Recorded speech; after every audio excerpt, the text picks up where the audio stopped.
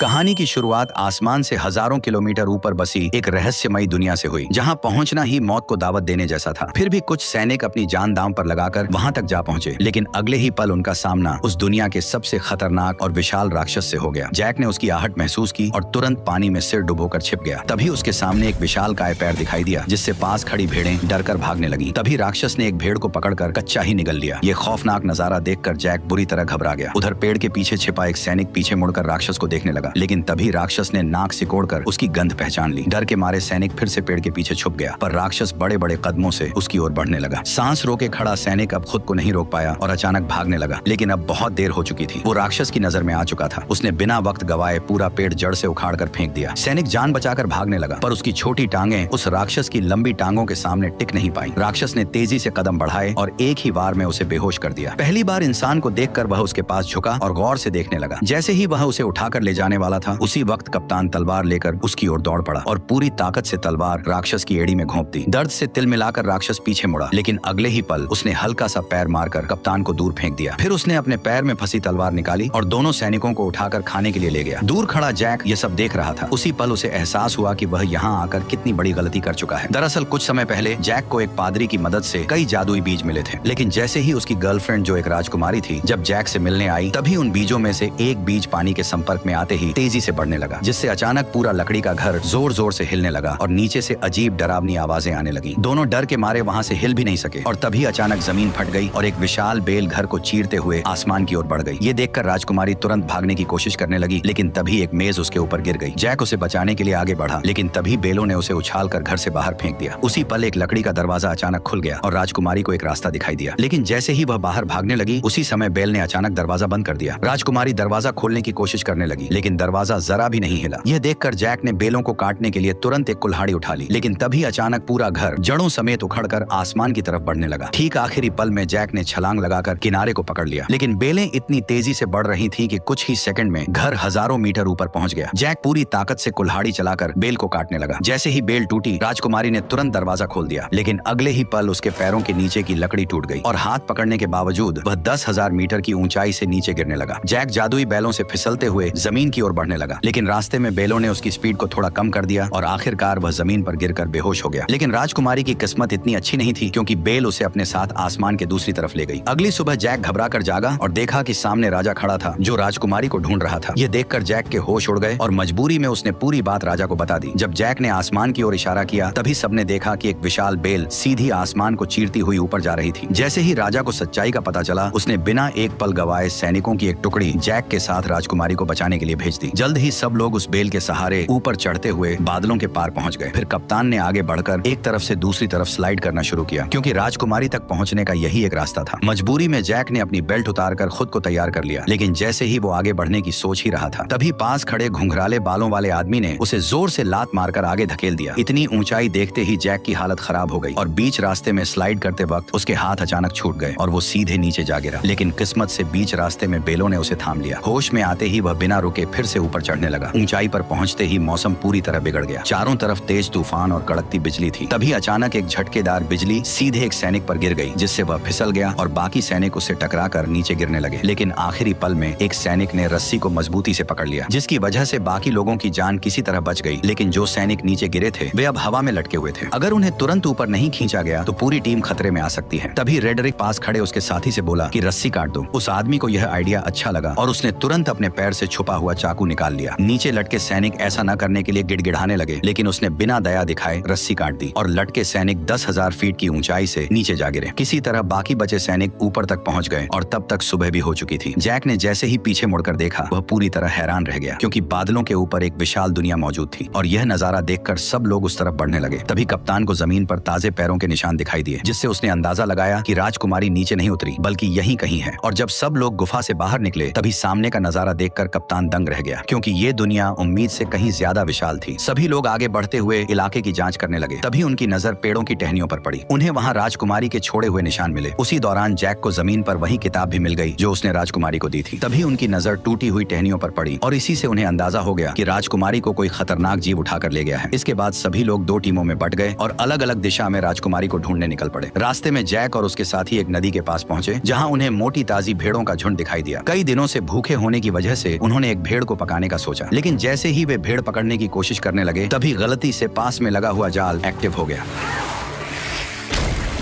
Jack ने तुरंत अपना चाकू निकाला और पूरी ताकत से जाल काटने लगा। उधर कप्तान भी रस्सी काटने की कोशिश कर रहा था, लेकिन तभी उसकी नजर एक अजीब चीज पर पड़ी। पास के सारे कौवे अचानक घबराकर उड़ गए और सारी भेड़ें भी एक साथ दूसरी दिशा में भागने लगी। कप्तान को कुछ शक हुआ, पर वो फिर भी रस्सी काटता रहा और जैसे तैसे वे दोनों जाल से निकल आए। लेकिन तभी जंगल से डरावनी आवाज गूंज उठी और उसी पल एक विशालकाय दानव उनके सामने आया और दोनों सैनिकों को पकड़कर अपने साथ ले गया। जैक चुपचाप दानव के पीछे पीछे चलने लगा ताकि सही मौका मिलते ही वो साथियों के साथ राजकुमारी को भी बचा सके। दूसरी तरफ रेडरिक दोनों सैनिकों के साथ एक चट्टान के किनारे पर पहुंच गया। गंजे आदमी को लगा कि इस तरह ढूंढते रहना बेकार है और वह कोई दूसरा रास्ता खोजने के लिए आगे बढ़ने लगा। लेकिन तभी रेडरिक ने अपनी चाल चल दी। अरे देखो, वो रही इज़ाबेल। जैसे ही गंजा आदमी वापस मुड़कर चट्टान के पास आया तभी रेडरिक ने मौके का फायदा उठाकर उसे सीधे गहरी खाई में धक्का दे दिया। यह देखकर रेडरिक का दोस्त जोर जोर से हंसने लगा। तभी एक विशाल हाथ ने अचानक उसे पकड़ लिया। ठीक उसी पल पीछे से एक और पहाड़ जितना बड़ा दानव उसके सामने आ गया। रेडरिक डर के मारे वहीं जमीन पर गिर पड़ा और जल्दी जल्दी अपने बैग में कुछ ढूंढने लगा। लेकिन जैसे ही दानव उसे पकड़ने के लिए हाथ बढ़ाने लगा, ठीक उसी पल रेडरिक ने एक चमकता हुआ ताज बाहर निकाल लिया। ताज को देखते ही दानव वहीं रुक गए, मानो किसी अदृश्य ताकत ने उन्हें जकड़ लिया हो। दरअसल ये एक जादुई ताज था। जिसके हाथ में भी ये शक्तिशाली ताज होता, दानव उसकी हर बात मानने को मजबूर हो जाते। उधर जैक दानव का पीछा करते करते उनके ठिकाने तक पहुंच गया और वहां का नजारा देखकर वह हैरान रह गया, क्योंकि चारों तरफ खूबसूरत झरने और ऊंचे ऊंचे पहाड़ थे जो किसी स्वर्ग से कम नहीं लग रहे थे। वहीं पर दो सिर वाला दानव राजकुमारी को एक पिंजरे में कैद किए हुए था। फिर वह उसे बाकी दानवों के पास ले गया, जहां सारे दानव इकट्ठा होकर उसकी तरफ देखने लगे। तभी वो दानव भी लौट आया जिसने कप्तान और उस मोटे सैनिक को पकड़ा था। उसने उन दोनों को लाकर पिंजरे के पास फेंक दिया। यह देखकर दो सिर वाले दानव को शक हुआ कि शायद और भी इंसान यहाँ मौजूद हैं। इसलिए उसने जमीन पर पड़े एक मोटे सैनिक को पकड़ लिया और उसकी गर्दन मरोड़कर उसे जिंदा ही निगल लिया। इसके बाद दानव ने उसके कवच को बाहर थूक दिया, पर जैसे ही वो दानव कप्तान को धमकी देने लगा कि वह राजकुमारी को भी खा जाएगा, तभी पास से एक आवाज आई जिसने सबका ध्यान अपनी तरफ खींच लिया। दरअसल वो आवाज किसी और की नहीं बल्कि उसी गद्दार रेडरिक की थी। उसके सिर पर पहने ताज को देखते ही बाकी सभी दानव तुरंत घुटनों के बल झुक गए और उसी पल उसका असली प्लान सबके सामने आ गया। वह सीधे दो सिर वाले दानव के सामने गया और उसे घुटनों पर आने का हुक्म दिया। उसके सिर पर ताज देखकर दो सिर वाला दानव मजबूरी में झुक गया और फिर रेडरिक उसके चेहरे पर पैर रखकर धीरे धीरे चलते हुए सिंहासन की ओर बढ़ गया और उसी पल से रेडरिक दानवों की दुनिया का नया राजा बन गया। उसने इंसानों पर हमला कर पूरी दुनिया जीतने का ऐलान कर दिया। उसकी बातें सुनकर दानव सेना बहुत ज्यादा खुश हो गई, पर दो सिर वाले दानव के दिमाग में कुछ और ही चल रहा था। उधर दानव ने कप्तान को पकाने के लिए उठाकर सीधे चिपचिपे आटे पर फेंक दिया। वह जितना छटपटाया उतना ही उसमें फंसता चला गया। तभी दानव आगे बढ़ा और उसने कप्तान के ऊपर मुट्ठी भर आटा पटक दिया। इसके बाद दानव ने बड़ी ही घिनौनी हरकत की।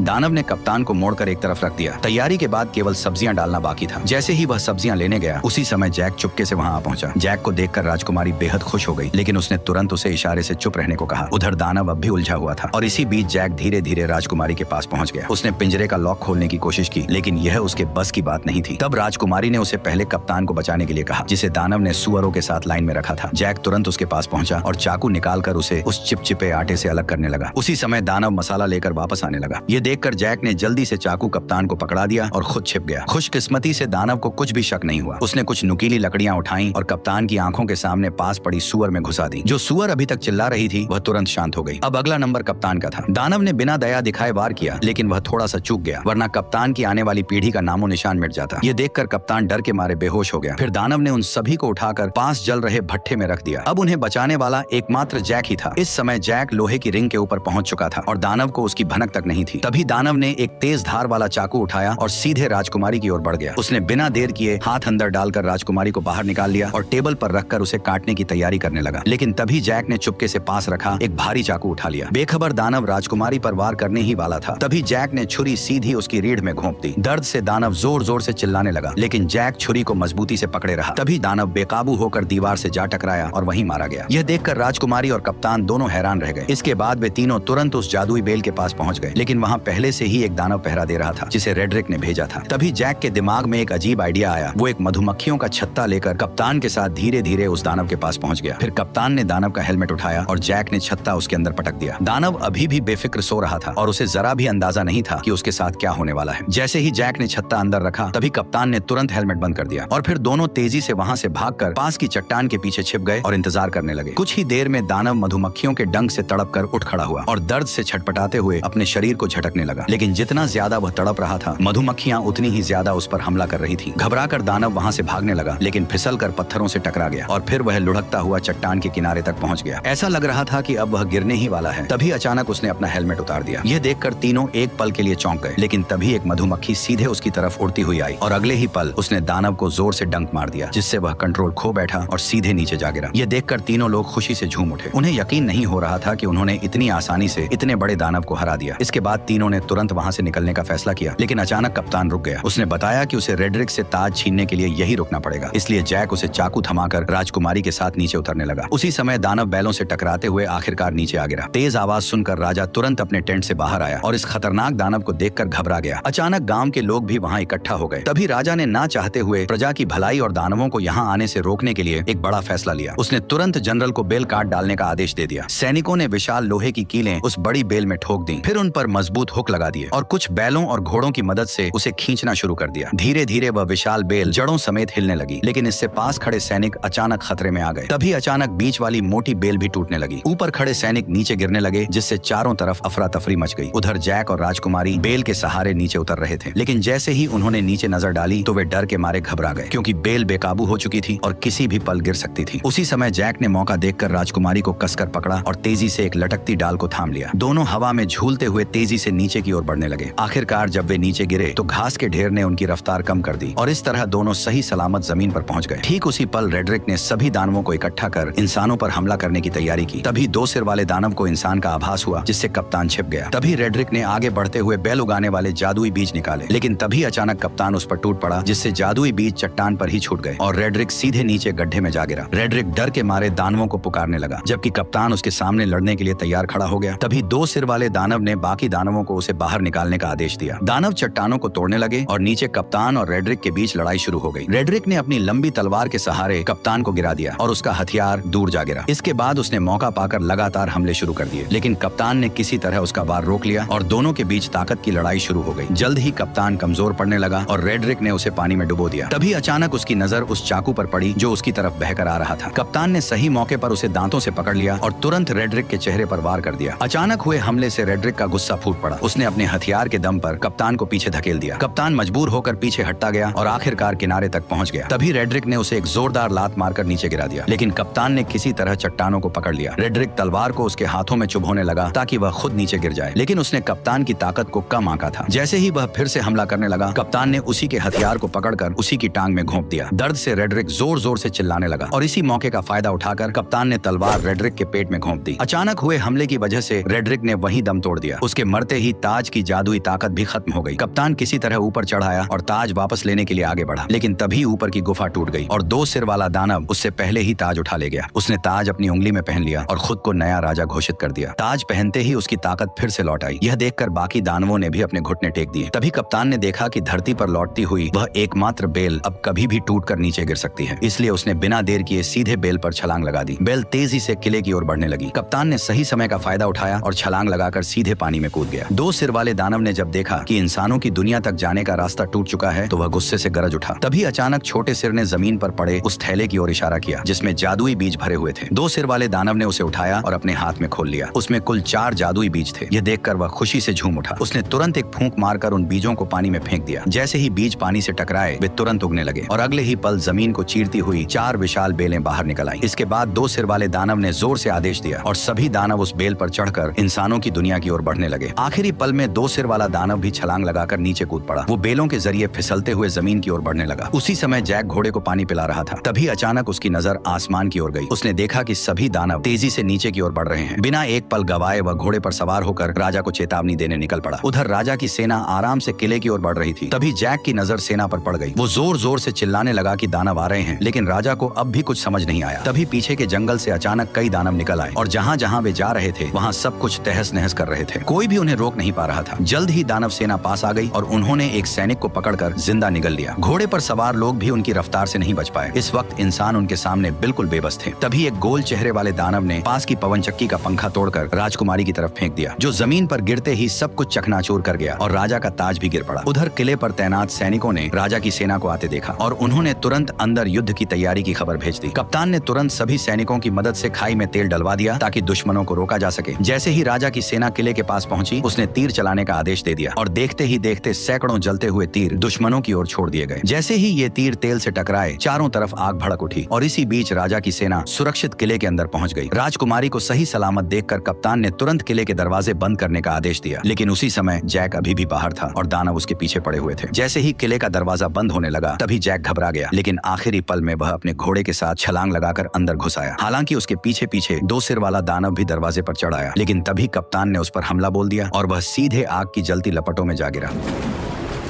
जल्द ही आग ने उसे पूरी तरह घेर लिया, लेकिन हैरानी की बात यह थी कि उसके अपने लोग भी उसे बचाने नहीं आए, बल्कि बस खड़े खड़े उसे जलते हुए देखते रहे। उधर लोग अभी आपस में बात ही कर रहे थे कि अचानक आसमान से एक बड़ा लोहे का घंटा तेजी से किले की ओर आया। उसने दीवार को ध्वस्त कर दिया और सीधे नीचे जा गिरा। इससे पहले कि कोई कुछ समझ पाता, अचानक युद्ध का बिगुल बज उठा। तभी दो बड़े लोहे के हुक किले के दरवाजे की तरफ फेंके गए, जिन्हें दानव मजबूती से खींचने लगे। तभी इंसानों और दानवों के बीच खींचतान शुरू हो गई। असल में यह सब गोल चेहरे वाले दानव का प्लान था, जिसने और ज्यादा दानवों को बुलाकर किले के दरवाजे को तोड़ने का आदेश दिया। अंदर का माहौल पूरी तरह अफरा तफरी में बदल गया। राजकुमारी जैक को लेकर किले के अंदर की तरफ भागी। उधर बूढ़े राजा ने सभी सैनिकों को आदेश दिया कि वे दानवों को रोकने के लिए क्रॉसबो का इस्तेमाल करें। जल्द ही और भी दानव आ गए और उन्होंने पूरी ताकत से खींचना शुरू कर दिया। तभी कप्तान के आदेश पर सैनिकों ने कई सारे क्रॉसबो छोड़ दिए, जो सीधे लकड़ी के दरवाजे पर जा लगे। सटीक निशाना लगते ही सैनिक तुरंत क्रॉसबो गाड़ियों को पीछे खींचने लगे। किले की सेना टुकड़ियों में बट गई और राजा भी मदद के लिए आ गया। वो कप्तान से दानवों की कमजोरी पूछ ही रहा था कि तभी आसमान से एक जलता हुआ पेड़ गिरा, जिसने सैनिकों को अलग अलग बिखेर दिया। अगले ही पल कई सारे जलते हुए पेड़ सैनिकों के ऊपर गिरने लगे, जिससे उनकी पकड़ ढीली होने लगी। ऐसा लग रहा था जैसे दरवाजा जल्द ही टूट जाएगा। तभी राजकुमारी जैक को लेकर किले के अंदर पहुंची, लेकिन अचानक एक भारी दहाड़ और जमीन में उठती दरारों ने उनका ध्यान खींच लिया। डर के मारे दोनों पीछे हट गए और कुछ पत्थर ऊपर की ओर उड़ने लगे। नीचे से अचानक दो विशाल हाथ बाहर निकले। ये वही दो सिर वाला दानव था जो पहले आग में गिरने के बावजूद बच गया था, क्योंकि पानी के नीचे होने की वजह से आग उसका कुछ नहीं बिगाड़ पाई और वह सीवर के रास्ते से चुपचाप किले के अंदर तक घुस आया। अचानक उसे राजकुमारी की शाही गंध महसूस हुई। जैक ने डरते हुए कंबल खोला और देखा कि दानव की अभी तक उन पर नजर नहीं पड़ी है, लेकिन तभी गुस्से में दानव ने पास रखा शीशा तोड़ दिया। घबराहट में कंबल में छिपे दोनों लोग कांपने लगे, लेकिन दानव ने सीधे ऊपर से उन्हें देख लिया। जैक पूरी ताकत लगाकर तुरंत राजकुमारी को पकड़कर भागा, लेकिन दानव लगातार उनका पीछा करने लगा। कोई रास्ता न होने की वजह से दोनों मजबूरी में दूसरी मंजिल की ओर भागे। वे कदमों को रोकने की हिम्मत भी नहीं कर रहे थे, लेकिन अचानक एक हाथ साइड से बाहर निकला और राजकुमारी को पकड़ लिया। जैक ने पास में रखी कुल्हाड़ी उठाई और बिना देर किए सीधे उस पर हमला कर दिया, लेकिन दानव ने दूसरे हाथ से उसे पकड़ लिया। छोटा सिर जैक का मजाक उड़ाने लगा। तभी जैक ने गुस्से में सीधे कुल्हाड़ी मारकर उसका हेलमेट तोड़ दिया। गुस्से में दानव ने अपना बड़ा मुंह खोल लिया। तभी जैक ने लॉकेट में छिपा हुआ जादुई बीज निकाला और सीधे उसके मुंह में फेंक दिया। जादुई बीज सीधे उसके पेट में चला गया, जिससे दो सिर वाले दानव को अचानक कुछ गड़बड़ महसूस हुई और उसने तुरंत दोनों को जमीन पर पटक दिया। तभी अचानक एक बेल उसके शरीर से बाहर आई और दोनों डर के मारे पीछे हट गए। अचानक कई सारी बेलें पूरी रफ्तार से उसके शरीर को चीरते हुए बाहर निकल आई, जिससे हॉल पूरी तरह से तबाह हो गया। अचानक राजा का मुकुट पहना हुआ हाथ भी जैक के पास गिर गया। उधर बाहरी सैनिक अभी भी दानवों को रोकने में लगे हुए थे, लेकिन गोल मुंह वाले दानव की एक आवाज पर सभी दानव धीरे धीरे पीछे बढ़े और सैनिकों को एक एक कर गिराते चले गए। किले का दरवाजा धीरे धीरे खुल गया। कप्तान ने तुरंत सैनिकों से लोहे का दरवाजा बंद करने को कहा। ठीक उसी पल गोल मुंह वाला दानव अपने साथियों के साथ धुंध से धीरे धीरे बाहर आया, लेकिन लोहे का दरवाजा उसे ज्यादा देर तक रोक नहीं पाया और उसने एक ही झटके में दरवाजे को तोड़ दिया। तभी वो दानव अपने साथियों के साथ किले के अंदर घुस गया। वहाँ खड़े टेस्टी टेस्टी सैनिकों को देखकर वे बेहद खुश हुए। दानव हमला करने ही वाले थे कि पीछे से अचानक आवाज आई और सभी दानवों का ध्यान उस आवाज पर चला गया। दानव ने भीड़ में ध्यान से देखा और अचानक उसने अपना हथियार छोड़ दिया। ये देखकर बाकी दानव भी हथियार छोड़कर सभी इंसानों के सामने घुटनों के बल बैठ गए। कप्तान यह नजारा देखकर चौंक गया। तभी अचानक जैक मुकुट लेकर आगे आया और उसने तुरंत सभी दानवों को वापस उनकी दुनिया में लौट जाने का हुक्म दे दिया।